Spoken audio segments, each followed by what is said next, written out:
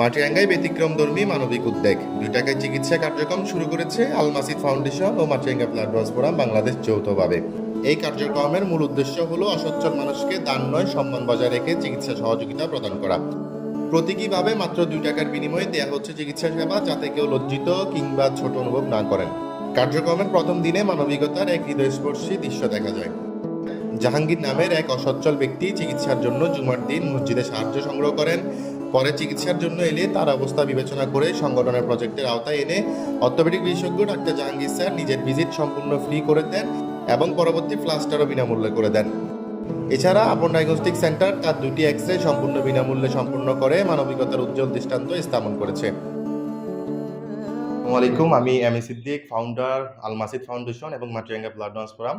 আমরা প্রত্যেক মাসে বেশ কয়েকজনকে শুধুমাত্র 2 টাকার বিনিময়ে তার চিকিৎসাটুকু আমরা করে দিব। আমাদের যে ইভেন্টটি রয়েছে 2 টাকা ইচ্ছে পূরণ, সেই ইভেন্টের অধীনে আজকে সংগঠন সূত্রে জানা যায় 2 টাকায় চিকিৎসা কার্যক্রমটি এখন থেকে প্রতি মাসে ধারাবাহিকভাবে পরিচালিত হবে। মানবিক এই উদ্যোগ ইতিমধ্যে স্থানীয় মানুষদের মাঝে প্রশংসা কুড়িয়েছে।